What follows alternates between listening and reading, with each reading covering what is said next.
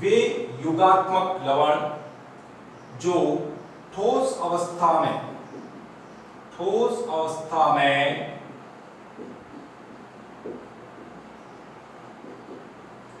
स्थायी लेकिन अपने जलीय विलयन में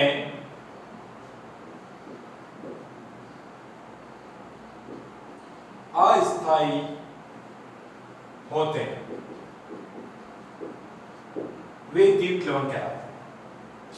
अर्थात ये अपने जलीय विलयन में पूर्ण रूप से आयनों में विभक्त हो जाते हैं, वे दीर्घ लवण कहलाते हैं। लेकिन उपसंयोजक यौगिक या संकुल लवण की बात करें तो ये ठोस व जलीय अवस्था दोनों में स्थायी होते हैं। ठोस व जलीय अवस्था दोनों में स्थायी होते हैं, वे संकुल यौगिक कहलाते हैं। इन्हें जटिल यौगिक भी कह सकते हैं।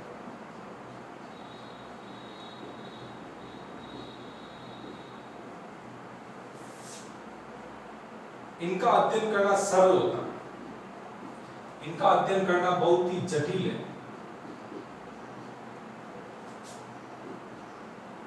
यह अपनी पहचान को खो देते हैं, अर्थात जलीय विलयन में डालने पर इनकी पहचान समाप्त हो जाती है। लेकिन संकुल लवण जो होते हैं ठोस अवस्था में स्थायी रहते हैं, लेकिन जलीय अवस्था में जाने के बाद ये अपनी पहचान पूर्ण रूप से नहीं खोते हैं। थोड़ी सी पहचान के अंदर इसमें समाप्त हो जाती, बाकी संपूर्ण पहचान इनके अंदर रहती है। और ये ठोस व जलीय अवस्था दोनों में स्थायी होता है। जलीय विलयन में डालने पर ये पूर्ण रूप से आयनित या वियोजित नहीं होता है, अर्थात अपने आयनों में विभक्त नहीं होता है। वे यौगिक कहलाते हैं उपसंयोजक यौगिक। अब मैं अपन इसको और बात करें तो दीर्घ लवण जो होता है, इस दीर्घ लवण की बात करें तो इसमें दो अलग अलग घनाएं व एक उभयनिष्ठ ऋणायन होता है। दो अलग अलग घनाएं और एक उभयनिष्ठ ऋणायन होता है। दीर्घ लवण के एग्जाम्पल अपन यहां देखेंगे। फिट करिए पोटास एलम,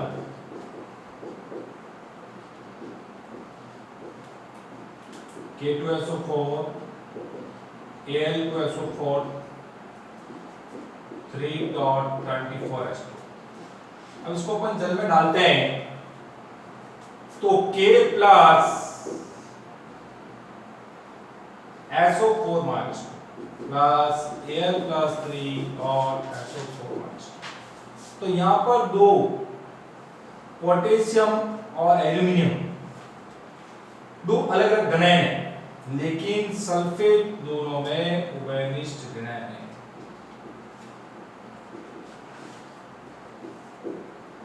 उभयनिष्ठ घनाएं।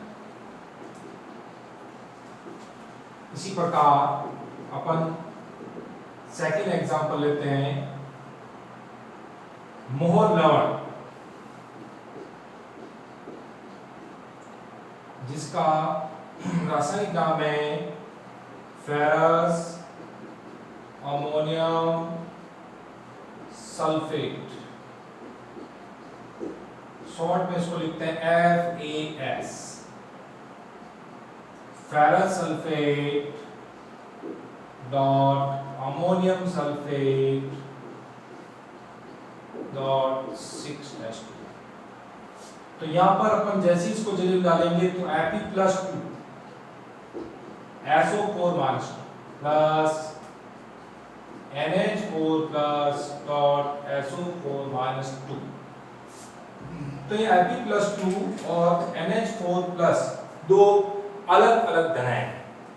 Fe+2 NH4 प्लस दो अलग अलग घनाएं हैं, लेकिन SO4 माइनस 2 दोनों में उभयनिष्ठ ऋणायन हैं। तो ये द्वितीय लवण की पहचान है और कुछ एग्जाम्पल। इसी प्रकार अब अपन देखेंगे उप सहसंयोगी या संकुल लवण या जटिल लवण के कुछ एग्जाम्पल्स।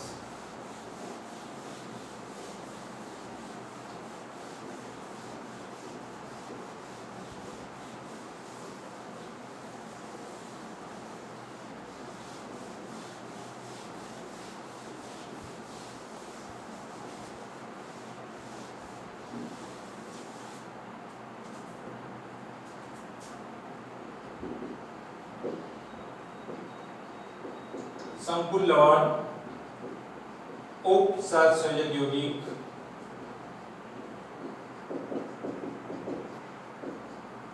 एक एग्जांपल देखते हैं अपन। कॉपर सल्फेट की क्रिया अपन कराते हैं अमोनिया के साथ। कॉपर सल्फेट की क्रिया अमोनिया के साथ कराते हैं तो जटिल यौगिक बनता है tetra amine copper second ion plus tetra amine copper second, नीचे SO4 है तो जाएगा सल्फेट। तो इस एग्जांपल में अपन कॉपर Cu+2 आयन परीक्षण देता है।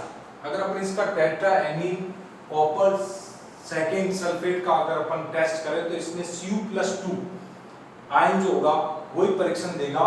अमोनिया जो होती है जिसको अपन एमीन बोलेंगे इस चैप्टर में, वो परीक्षण नहीं देता है। तो Cu+2 आयन जो है वो परीक्षण देता है।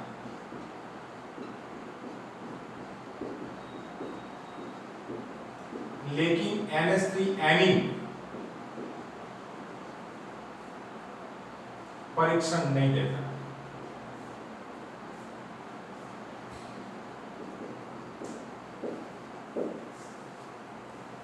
इसी प्रकार अपन कुछ और जटिल कॉम्प्लेक्स देखेंगे कि संकुल लवण के अंदर एक सरल धनायन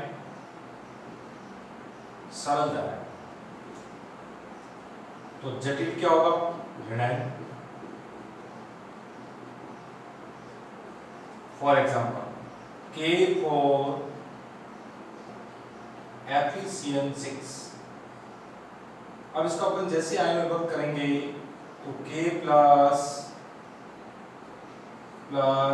FeCN6 तो यहाँ पर K प्लस जो है वो एक सरल धनायन है जबकि FeCN6-2 एक जटिल ऋणायन है। तो उपसंयोजी यौगिक में एक सरल धनायन तो दूसरा जटिल ऋणायन होता है। इसी टाइप से सेकंड टाइप अपन बात करें, एक सरल ऋणायन तो दूसरा जटिल क्या हो सकता है धनायन। फॉर एग्जांपल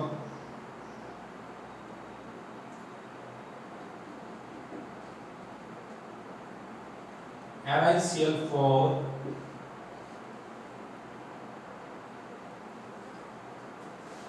या CuNH3,4Cl।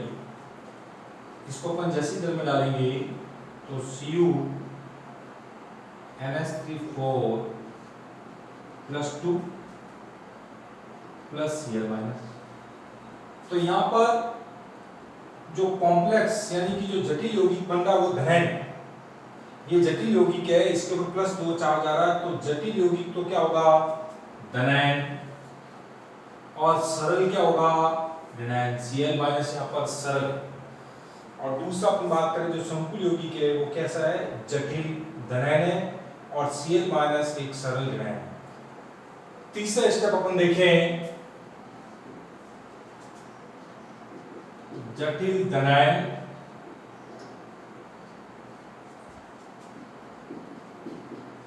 व जटिल ऋणायन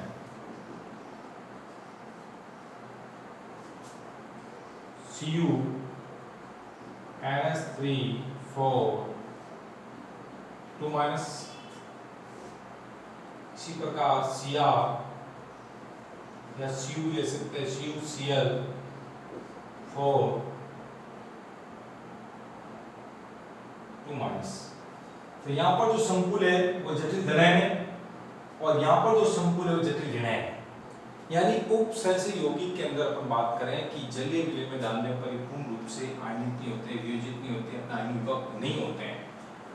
और इसमें ध्यान रखें केंद्रीय धातु धनायन होगा वही हमेशा परीक्षण देता है, उसके साथ जुड़े लिगैंड कभी परीक्षण देते नहीं।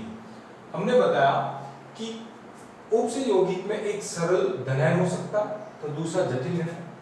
सेकंड परिभाषा में अपन ये भी कह सकते हैं कि ये सरल ऋणायन तो जटिल क्या हो सकता है, धनायन हो सकता है।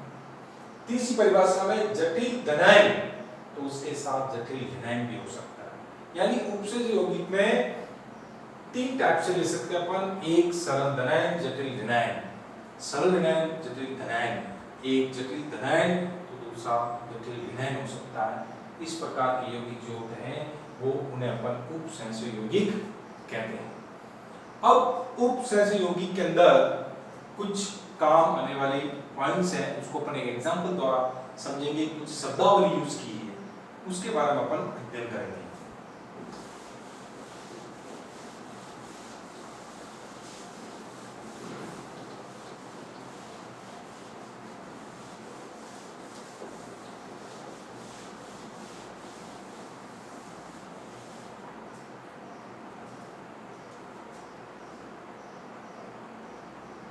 उपसहस्य यौगिक में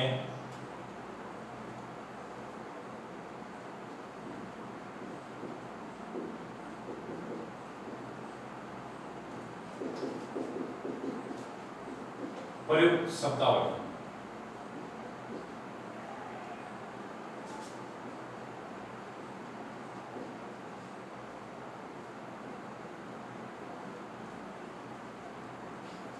एक एग्जांपल तो अपन समझते हैं K4 FeCN6 एक एग्जांपल दिया हमने जिसके द्वारा अपन सभी पॉइंट्स को समझ सकते हैं। ये Fe जो हमने लिखा है इस कोष्टक के अंदर Fe या कोई भी पॉइंट्स होगा वो हमेशा क्या कहलाएगा, केंद्रीय धातु धनायन। ये एक छोटे कोष्टक में उसको अपन बोलेंगे लिगैंड, इससे जुड़ी जो संख्या होगी उसको अपन बोलेंगे लिगैंड की संख्या, या और लिख सकते हैं समन्वय संख्या और उपसंयोजन संख्या। इसको तीन नाम से प्रदर्शित कर सकते हैं।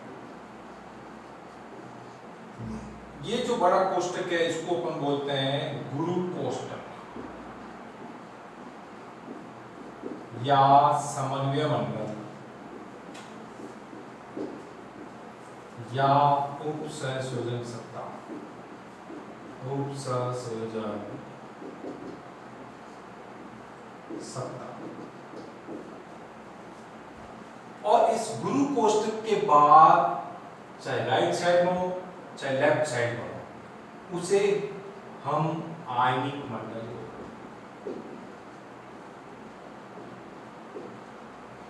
तो सबसे पहले अपन बात करेंगे उपसहस्य यौगिक में काम आने वाली शब्दावली, जिसमें फर्स्ट है केंद्रीय धातु धनायन, सेंट्रल मेटल ऑफ कैटायन।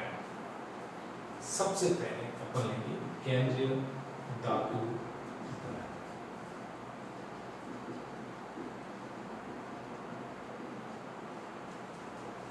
और इसके साथ ही अपन लेंगे उसकी समन्वय संख्या और लेंगे लिगेंड की संख्या भी लिख सकते हैं।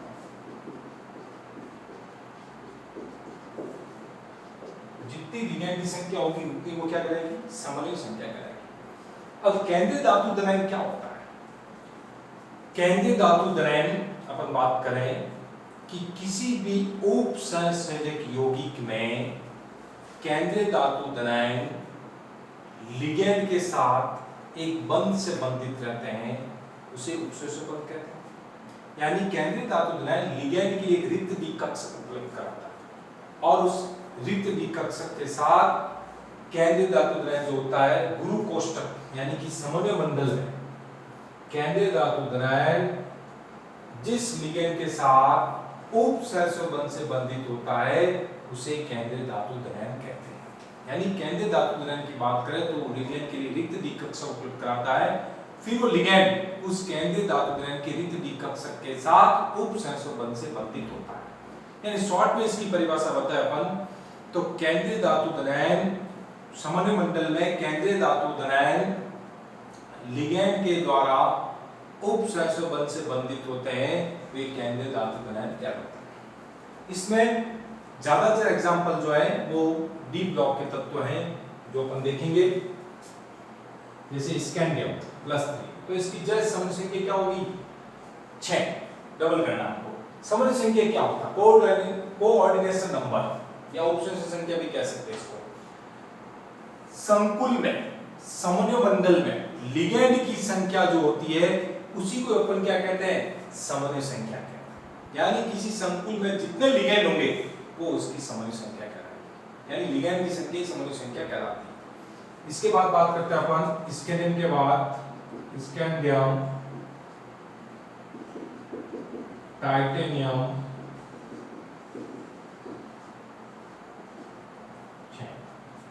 लिगैंड की संख्या भी सेम होगी 6। यहाँ लिगैंड की संख्या समन्वय संख्या दोनों क्या है? सेम भी लिख सकते हैं। वैनेडियम, इसकी भी 6। क्रोमियम +3, इसकी 4 भी होती है और 6 भी होती है। +2 भी होता है, +6 भी होता है। मैग्नीज की +2 बात करें तो 4 लिख सकते हैं अपन। Fe+2 हो चाहे Fe+3 हो, आयरन Fe+2 हो चाहे Fe+3 हो, दोनों की समन्वय संख्या कितनी होगी? 6। ये अपवाद है। कोबाल्ट,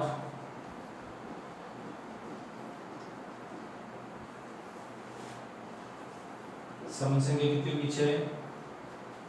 निकल 4, कॉपर +1 हो, क्यूप्रस 2, क्यूप्रिक हो तो 4। इसके अलावा कुछ एग्जांपल और ले लें अपन, कंटिन्यू। जिंक Zn+2 तो इसकी होगी आपकी 4। पैलेडियम, इसके बाद बात करेंगे अपन पैलेडियम Pd+2 4। चांदी सिल्वर अर्जेंटस 2, अगर +2 का 4 हो जाएगा। और एक 6 औरस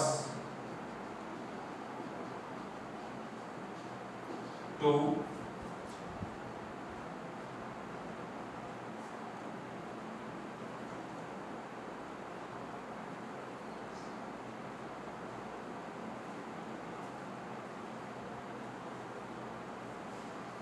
कैडमियम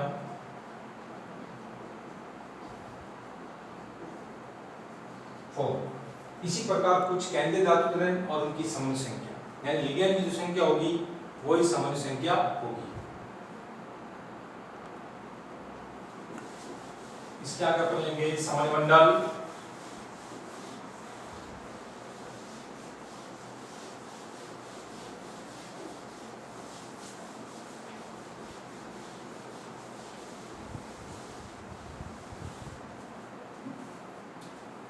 समन्वय मंडल। अगली शब्दावली है समन्वय मंडल।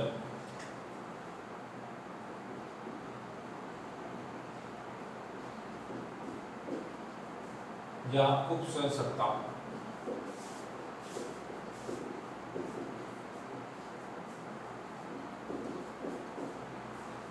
समन्वय मंडल क्या होता है? एग्जाम्पल द्वारा अपन समझेंगे। K for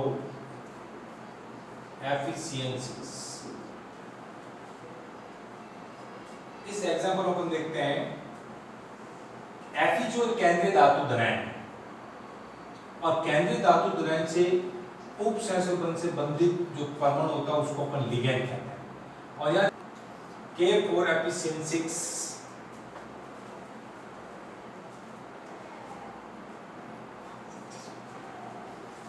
समन्वय मंडल या उप सहसंबंध सत्ता K for efficiencies।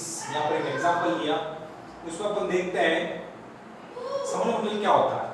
केंद्रीय धातु धनायन या धातु आयन तथा लिगैंड उप सहसंबंध से बंधित होकर जिस कोष्ठक में व्यवस्थित होते हैं उसे अपन समन्वय मंडल या उप सहसंबंध सत्ता कहते हैं।